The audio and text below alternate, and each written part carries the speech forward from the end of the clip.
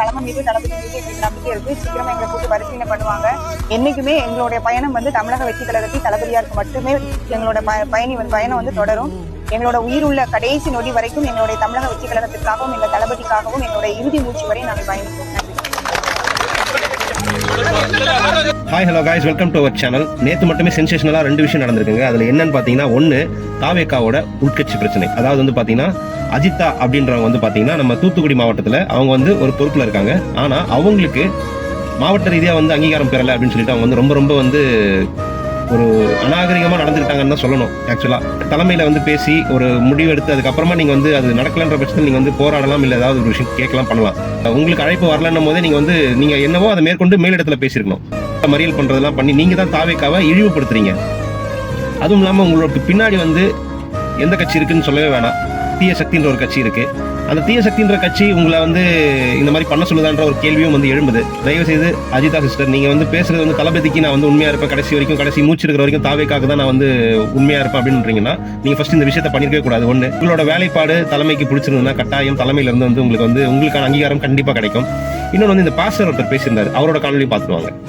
41 பேரை கொண்டு குவிச்சவனுக்கு சரியா எல்லாம் இப்படி ஆகணும். இப்படி கையை இப்படி விலங்கு போட்டா நம்மளாம் என்ன செய்வோம்? விலங்கு போட்டாதான் கையை இப்படி வைப்போம் இல்லையா? இந்த தலைவர் கையை இப்படி போட்டுக்கிறாரு, பேசுறாரு. ஆனா ரொம்ப அணிவிப்பாரு. நைட்டு ஃபுல்லா தூங்குறாரு இருக்கு. ஏன்னா பண்ணது ரொம்ப பெரிய தப்பு. அது இட் நாட் ஆர்டினரி மிஸ்டேக். இது சரியே இல்லதான் என்னோட ஸ்டான்ஸ் அது சரியே இல்ல. அவர் எப்படி 41 உயிர் விஜய் எடுத்தாங்கன்னு சொல்றதுக்கு அவருக்கு எந்த விதமான ரைட்ஸுமே இல்ல. உங்களுக்கு எப்படி சார் கடவுள் சொன்னாரா சார்? கர்த்தர் உங்களுக்கு சொன்னாரா 41 உயிரை கொன்றது திரு விஜய் அவர்கள் சொல்லி கர்த்தர் சொன்னாரா? ஏன்னா நடிகன்ட்டு இழிவுபடுத்துறீங்க. அவரோட ப்ரொஃபஷனுக்கு அதை தாண்டி அவர் ஒரு நல்ல மனிதர்ன்றத உங்களுக்கு தெரியுமான்றது எனக்கு தெரியல. கர்த்தர் மாதிரி யாருன்னா தீய சக்தி வேஷம் போட்டு உங்ககிட்ட சொல்லிச்சா? ஈவன் ஏதாச்சும் உங்களுக்கு கனவுல சொல்லிச்சா 41 உயிரை கொண்டது விஜய் தான் சொல்லிட்டு? கோர்ட்ல கேஸ் இருக்கு சார், அதை மறந்துடாதீங்க.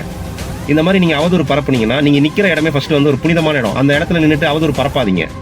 அப்படி மீறியும் அவதூறு பரப்புனீங்கன்னா அதற்கான பின்விளைவுகளை நீங்க கட்டாயம் சந்திக்க வேண்டியது இருக்கும். மக்களே, யார் என்ன சொன்னாலும் மாற்று அரசியல்ன்றது கட்டாயம் வேண்டும். அதுக்கான தகுதியான ஒரே கழகம் நம்ம தமிழக வெற்றி கழகம் மட்டுமே. திரு விஜய் அண்ணாவுக்கு உங்களோட வாக்கை செலுத்துங்க. விஜய் அண்ணா காட்டும் நபருக்கு உங்க வாக்கை செலுத்துங்க. கட்டாயம் அவங்களால நமக்கு நன்மை மட்டுமே நடக்கும். நல்லதே நடக்கும், நல்லதே நடக்கும், நல்லது மட்டுமே நடக்கும். வெற்றி நிச்சயம். மீண்டும் சந்திப்போம். நல்லதே நடக்கும், நல்லதே நடக்கும், நல்லது மட்டுமே நடக்கும். வெற்றி நிச்சயம்.